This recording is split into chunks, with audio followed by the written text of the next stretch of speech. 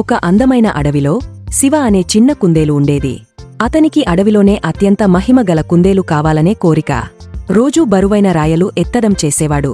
అయినా సింహం, ఏనుగు లాంటి పెద్ద జంతువుల్లా బలంగా మారలేకపోయాడు.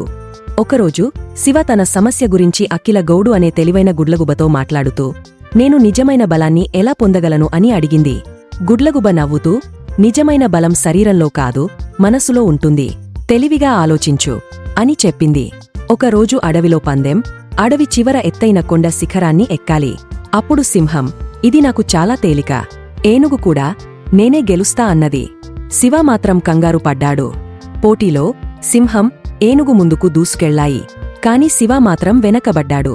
కాని అతనికి గుడ్లగుబ మాట గుర్తుకు వచ్చి తెలివిగా సరైన దారి ఎంచుకుంటూ ముందుకు సాగాడు. అకస్మాత్తుగా వర్షం మొదలైంది. అడవి మొత్తం మురికి నీటితో నిండిపోయింది. సింహం, ఏనుగు మట్టిలో చిక్కుకుని ఉన్నాయి. శివ చిన్న చిన్న దారుల్లో చక్కగా దూకుతూ ముందుకు వెళ్లాడు. ముందు పెద్ద పెద్ద రాతిబండలు. సింహం, ఏనుగు వాటిని దాటడానికి శ్రమించాయి. కాని శివ తెలివిగా చిన్న దారుల్లో గెంతుతూ పైకి వెళ్లాడు.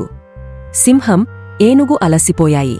శివ నేను చేయగలను అని తనలోని బలం గుర్తుచేసుకుని ఆ గుట్ట శిఖరాన్ని చేరుకున్నాడు.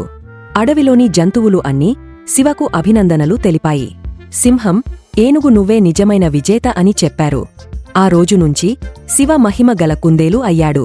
అతని ధైర్యం, తెలివి, నిజమైన బలం అందరికీ మార్గదర్శకంగా మారాయి. శివ చిన్న చిన్న జంతువులకు తన కథ చెప్పాడు. పిల్లలు, బలమంటే పెద్ద శరీరం ఉండడం కాదు, తెలివిగా ఆలోచించడం.